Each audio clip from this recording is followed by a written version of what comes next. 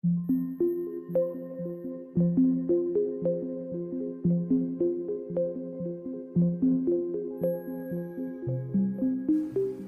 name is Michael Phillips, and I am a time traveller. I was born in 2043. At the age of 18, I joined the army, had a few years there, and then I was recruited into the SAS, the 21st SAS Regiment to be exact. We carried out a number of missions in countries that I'm not allowed to name because I've signed the Official Secrets Act. And from there, I was contacted by a government department that called themselves Section 18.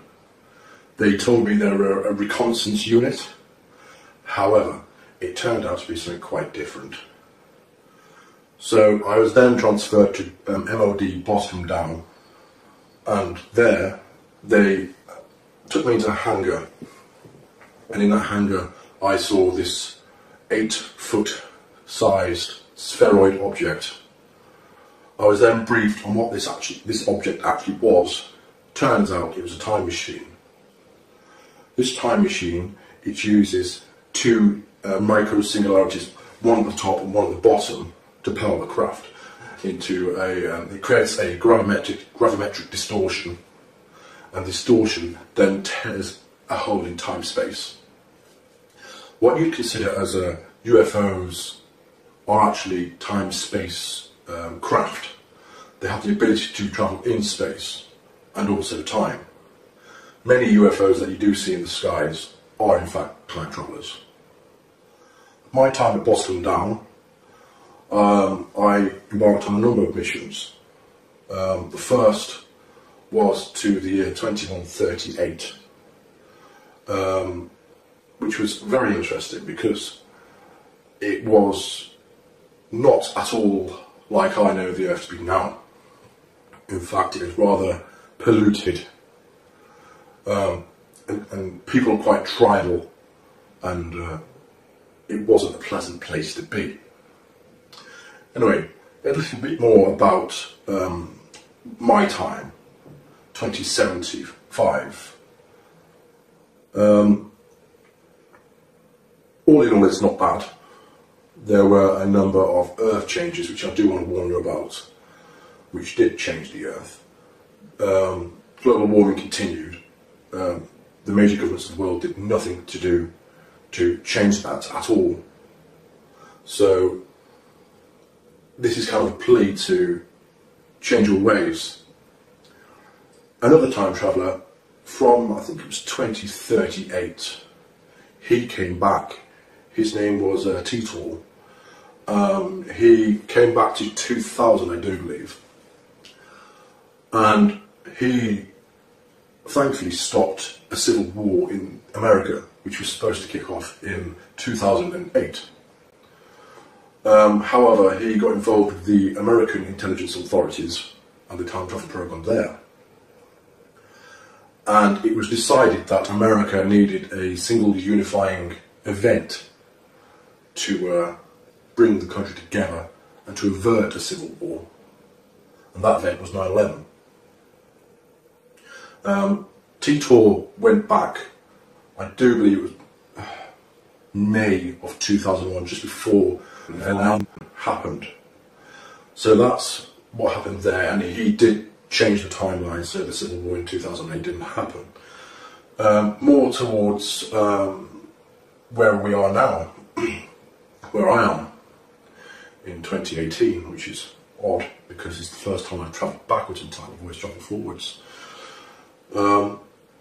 There is a limited nuclear exchange in 2019, March of 2019. That does involve North Korea. They attempt to launch a nuclear missile at Honolulu in Hawaii, and then the US responds with 2 cruise missile nuclear-laden missiles to Pyongyang and takes that out. So Kim Jong-un was no more at that point, and a lot of his government was taken out too. With the turmoil that ensued after that, World War III did start in 2020. It was a limited war though, thankfully. It only lasted 3 years. China and Russia were against the UK, America, and a few other countries. And all in all, it was a very fast but brutal war. Countless millions were killed. Nuclear weapons were used in a very limited capacity. Very limited, thankfully. Just battleground nuclear weapons. What else can I tell you? Oh yes, 2022, California, LA to be exact, is hit by what they term the big one. There was a very, very massive 10.2 magnitude earthquake there, which completely decimated the city. It actually cracked the fault line straight across California, and as a result, California sits a good 10 feet lower than it used to. With rising sea levels, that did cause California and surrounding areas to be flooded and to no longer be habitable for people. People had to move out. What else can I tell you?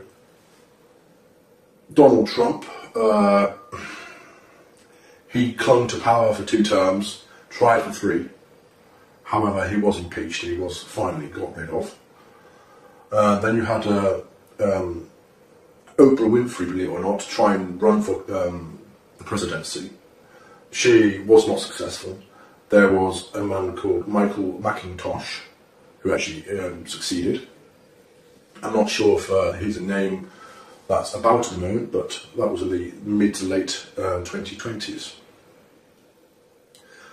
On the plus side, in the mid 2020s, we did land on Mars. We had the first land on Mars, which was good. It wasn't by NASA at all, it was by SpaceX and Elon Musk. They sent a number of missions up there in the early 2020s to prepare for the manned mission to Mars. By 2032, there was a lunar and Martian base. And towards when I was born in 2043, we were beginning to make commercial efforts to reach out to the solar system, to mine the asteroids and the moons of Jupiter for resources. So there are quite a lot of trillionaires in my time who own their own space stations, and they are very powerful people. You don't know how to cross them. So a little bit more about the time travel project itself. As you can imagine, in my time, when I was born in 2043, up until I joined the program in 2075, there was a lot of money about. Trillions upon trillions upon trillions. I couldn't even guess how much money in the world or the solar system. So endeavours such as time travel were more and more possible. I have travelled numerous times in the future, and I'll tell you about one time now. I stepped into the craft, which is an 8-foot wide sphere. It uses 2 dual positive singularities, one at the top, one at the bottom, like I've said before, and it creates a distortion in the time-space via gravimetric forces. It is, how can I say, it utilises the singularities and forces the energy inwards for the time travel aspect. If you want to travel in space, you create a gravimetric wave outside of the sphere itself, and then you can ride on that wave and get to a location in space very, very quickly. In terms of one of the times I went forward in time, let me just try and pick an interesting one. Yes, I went to the 2432, and the world, thankfully, was a lot different again, but it was different in a positive aspect. the atmosphere and pollution, that was all cleaned up, thank God. It was very nice actually, it was very green, there was lots of flowers everywhere. Everyone appeared to speak English, however I'm not sure if that was them speaking English or they had some kind of implant where they could understand English or speak in their language and you understood their language or what. Buildings were exceptionally tall, there were just huge glass towers. There were numerous cars which were flying and travelling in what I assume were highways in the sky. People were friendly, they were open, they weren't afraid to come up to you and say, hi, who are you, where are you from? I think they were quite used to having time travellers because when I said I was from 2075, they didn't appear to be all that shocked. I certainly would have been shocked at the time if I would have known time travel was about. What can I say about time travel itself? Time travel itself, well, back in, I think it was 1947, the US government captured a time-space craft. And this craft, it took them a few years to figure out what it couldn't and can actually do. They tried to retrofit some super magnets onto a ship one time, I do believe. And unfortunately that did not go well. It did not travel in time. It travelled in space. It travelled approximately 30 or 40 kilometres down the coast. And when they did find this ship, this US Navy frigate, all the crew members were fused into the ship. And it wasn't a nice sight, so they hadn't quite perfected it back then.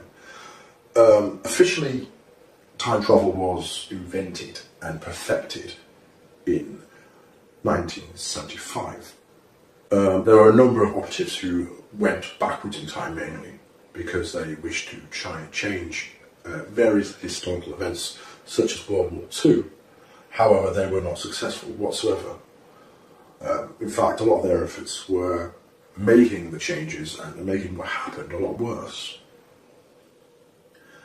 So if you've got any questions about what I see in the future, I think that you'd be more interested in that. I'd be more than happy to do another video and say, right, this is what's happened. Thank you.